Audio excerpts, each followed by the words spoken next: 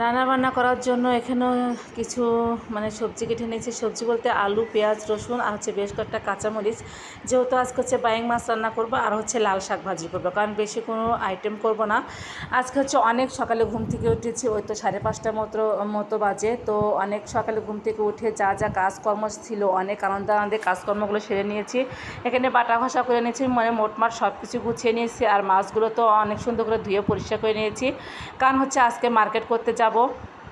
Hello সবাইকে, সবাই কেমন আছো? আশা করি ভালো আছো, আর আমিও ভালো আছি। আমি তো আরও খুব বেশি ভালো আছি, কারণ আমার খুব খুশির দিন। আজকে আমি মার্কেট করতে যাব, যেহেতু পূজা সামনে চলে এসেছে।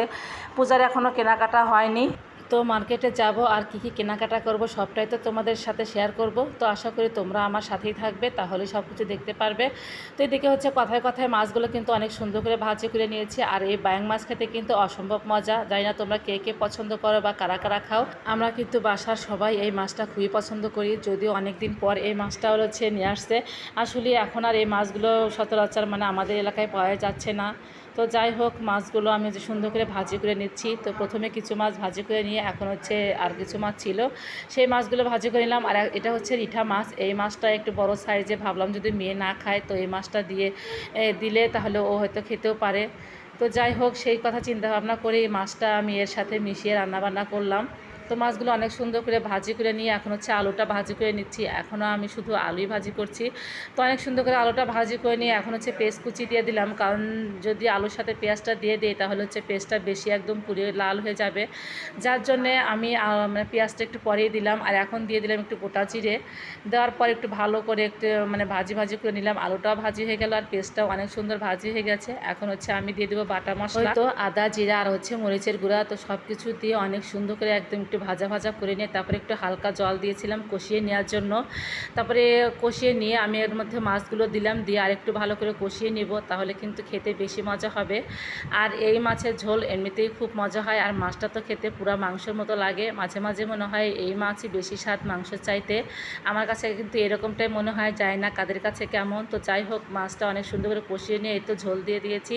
তো একটু বেশি ঝোল দিলাম যাতে করে আলুটা একটু সুসিদ্ধ হয়ে যায়। তো ঝোল কিন্তু আমি বেশি একটা রাখবো না, শুকিয়ে নেব, তারপর ঝোলটা নামিয়ে নেব।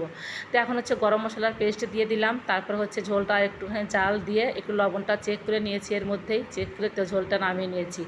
আর এই ঝোলটা যেমন সুন্দর কালার হয়েছিল, খেতেও ঠিক ততটাই মজা হয়েছিল। তো ঝোলটা নামিয়ে নিয়ে এখন আমি শাকটা ভাজি করে নিলাম। আসলে কোনো রকম আর বেশি পদ করতে ইচ্ছে করছিল না, মনের মধ্যে তো অন্যরকম একটা খুশি খুশি ভাব কাজ করছিল। আসলে শপিং করতে কার না ভালো লাগে? আমার তো মনে হয় যে প্রত্যেকটি মেয়ে কাছে কিন্তু শপিং করতে বেশি ভালো লাগে, কারণ একবেলা না খেয়েও থাকা যায়, কিন্তু শপিং যদি করা যায় তাহলে মনের মধ্যে বেশি লাড্ডু ফোটে আর কি। তো এদিকে রান্নাবান্না কমপ্লিট করে তো খাওয়া দাওয়া আমি ঠিকমতো করতে পারিনি। আসলে খুশি হলে অতিরিক্ত খুশি হলে যা হয় আর কি। তো সবাইকে খেতে দিয়ে নিজেও খেয়ে তো চলে আসলাম একদম মার্কেট করার জন্য। তো সিএনজিতে উঠে পড়েছি।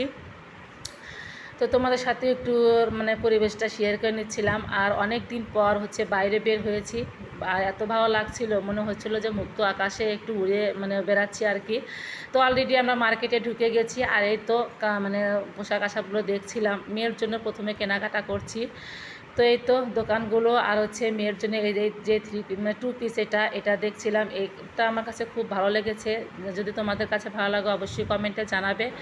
তো যাই হোক, এই দোকান থেকে মেয়ের জন্য আমি 2টা ড্রেস নিয়ে নিয়েছি। তারপর চলে আসলাম আবার ছেলের ড্রেস নেওয়ার জন্য। তো এখানে প্যান্ট শার্ট দেখছিলাম। তো এই সাইডে প্যান্ট দেখাচ্ছিল। তো প্যান্টগুলো অনেক সুন্দর ভালো ছিল, একদম সফট যাকে বলে, অনেক সুন্দর আর কি। তো যাই হোক, সেগুলো প্যান্টটা চয়েস করে নিলাম। আর এখান থেকে 2টা প্যান্ট নেওয়া হয়েছে, আর 2টো শার্ট নেওয়া হয়েছে।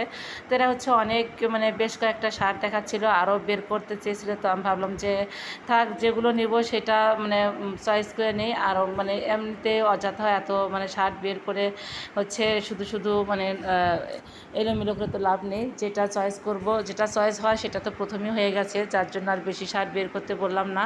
তো এখান থেকে 2টো শার্ট নিয়ে নিয়েছি। নিয়ে তারপর চলে আসলাম একটা শাড়ির দোকানে। তো এখানে এসে অনেকক্ষণ দাঁড়িয়েছিলাম, প্রচণ্ড ভিড় ছিল। আর এই শাড়ির দোকানটাতে এত সুন্দর সুন্দর কালেকশন ছিল। সবাই তো আমি যতবার এই দোকানে আসি দেখি প্রচণ্ড ভিড়। আমার মনে হয় যে বেশিরভাগ মানুষ এই দোকান থেকে বেশি শাড়ি কেনাকাটা করে। তো যাই হোক, দোকানের শাড়িগুলো তোমাদের সাথে শেয়ার করে নিচ্ছিলাম। আর এখান থেকে হচ্ছে আমি একটা ভালো কোয়ালিটির শাড়ি নিয়ে নিয়েছি।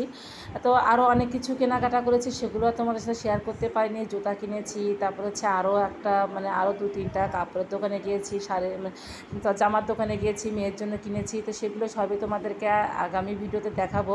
কারণ হচ্ছে আগামী ভিডিওতে কী কী কিনলাম, কী কী না কিনলাম সব কিছুই তোমাদের দেখাবো। তো যাই হোক, এখন হচ্ছে চলে যাওয়ার পালা। তো বাস স্ট্যান্ডে এসে তো গাড়িতে উঠে নিয়েছি। এটা হচ্ছে আমার নিজেদেরই গাড়ি। তো যাই হোক, এই গাড়িটা হচ্ছে যেহেতু 4টার দিকে ছাড়ে, তার জন্য আমি একটুখানি আগে এসে বাস স্ট্যান্ডে দাঁড়িয়েছিলাম, যাতে করে নিজেদের গাড়িতেই একদম বাড়িতে পৌঁছাতে পারি। তো যাই হোক, গাড়িতে উঠে আমার খুব ভালো লাগছিল। অনেক দিন পর গাড়িতে উঠলাম, মানে নিজেদের গাড়িতে, যেহেতু আমি বাইরে খুব একটা মানে বের হই না। তো আমরা হচ্ছে গাড়িতে উঠতে আমাদের জন্য সামনে সিট রেখেছিল। আর ড্রাইভার, হেল্পার, কন্ট্রাক্টর ওরা তো আমাকে মানে খুবই সম্মান করছিল। তো ওদেরকে আমি একটু পূজার দাওয়াত দিয়ে দিলাম। আমি প্রতি বছর ওদেরকে, আর ওরা হচ্ছে আমার সাথে একটু বেশি বেশি আর কি করছিল যে বৌদি আমাদেরকে এবার বেশি বেশি করে নাড়ু খাওয়াবেন। তো আমি বলছি অবশ্যই খাওয়াবো, কেমন না কেন, তোমরা যাবে।